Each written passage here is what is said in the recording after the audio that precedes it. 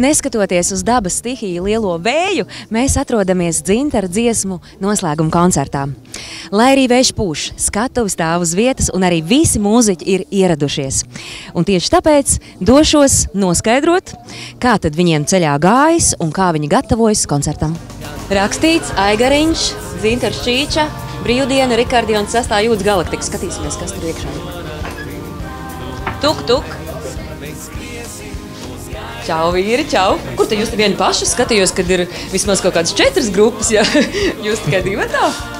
Pagaidi, es arī aiziešu. Kā jums ar vēju skatos? Es šogad esmu notievējis uz 22 kg, bet es nejūtu, ka mani pūstu nost. Un tu vienkārši pa dzīves stabils vīrietis. Jā. Savukārt citi uz skatuves nemaz tik stabili nav. Stāvu uz kreisās kājas. Un tajā momentā iesim pa kreiso kāju iešauju vējš. Un es, aiziet. Vējš nepūta. Nē. Es brīnījos, domāju, ko cepuri, lai dara. Bet krustiem vilkt. Nekas, normāli. Svarīgi pirms koncerta ir tikt pie smukuma, un tas arī nemaz nav viegli. Vakarā, tad, kad es taisījos iet mazgāties, mājās pēkšņi pazuda spiediens ūdenim. Es domāju, ko es tagad knibināšos nakts vidū ap 12. Domāju, no rīta 5 sakārtošu visu ūdens sistēmu. Un tā arī sanāca, ka es viņu nesakārtoju. Un pienācās tā kā... Ģērbtuvē ir dušas. Jā, mazgāties? Nē, es nomazgāju.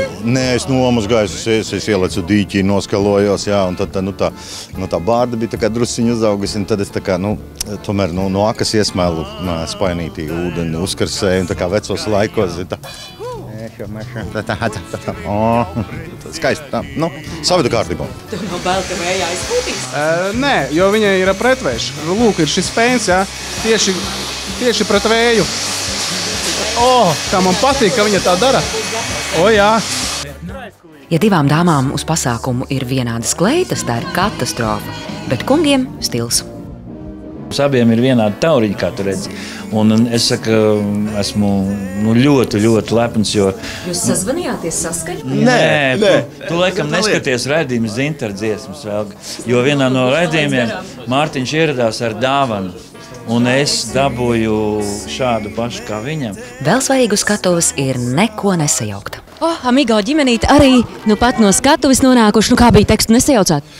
Kā lai sajauc, man šorīt bija piesējuši alā, un taču lika atkārtot, un es principā, tagad tev likās smieklīgi, man nelikās smieklīgi, un principā līdz ar to man nekas nesajuka. Bet viņš bija ļoti satraucies, viņš nesaprot, uz kuru pusi skriet un ko darīt, viņš pat nezināja iet uz kuru pusi skatu patiesībā.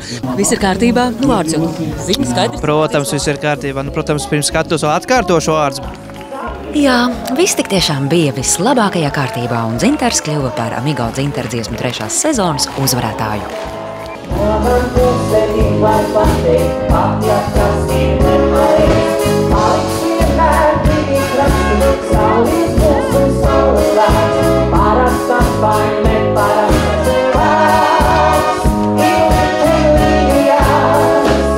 Dzintara dziesmu 3. sezonā ir uzvarējis Dzintars Čīča. Dzintar, kā tu jūties? Jūtos ļoti labi, vēl nevar attiet, nevar saprast, vai ir vai nav. Jā. Bet man šķita, kad uz skatuves es pateicu, ka tev ir pirmā vieta, atnāci ļoti priecīgs, saņēmi skaisto statueti, un tu nemaz nebija piefiksējis, ka balvā ir arī busiņš uz gadu. Godīgi sakot, mēs backstage'ā runājām, bet es neņēmu vērā. Es domāju, jokojies droši vien. Jā, es neticēju, bet izrādās taisnība. Tev kādreiz ir bijis autobuss? Busiņš nekad man nav bijis, un es arī nekad, laikam, neesmu braucis ar busiņu. Tā kā būs interesanti. Tu skaties, lai tūmā nav kādi koki. Mēģināšu no sākuma paprat, kur nav tie koki. Jā, un... Te pa estrādi diezgan, tad, kad nebūs cilvēki, tur agri no rīta 6 atnāc un pamēģini pabraukt. Mēģināsim, darīsim tā. Ko Dzintara, lai labi ripo? Paldies. Es domāju, ka labi ripos. Nebūs jau nekādas problēmas. Šī ir Amigo Dzintara dziesmas rakstīts un viss te dziņās. Tas esi tu, tā kā tu uzvedies godīgi. Būšu maksimāli godīgs. Vispār es esmu godīgs. Es neesmu tāds ātrs braucējs. Tas ļoti kārtīgs. Cik ļoti kārtīgs, bet es cenšos būt kārtīgs. Un izskatās, ka te arī viss ir kārtībā. Nu, gluži kā kāzu tortes grieziens.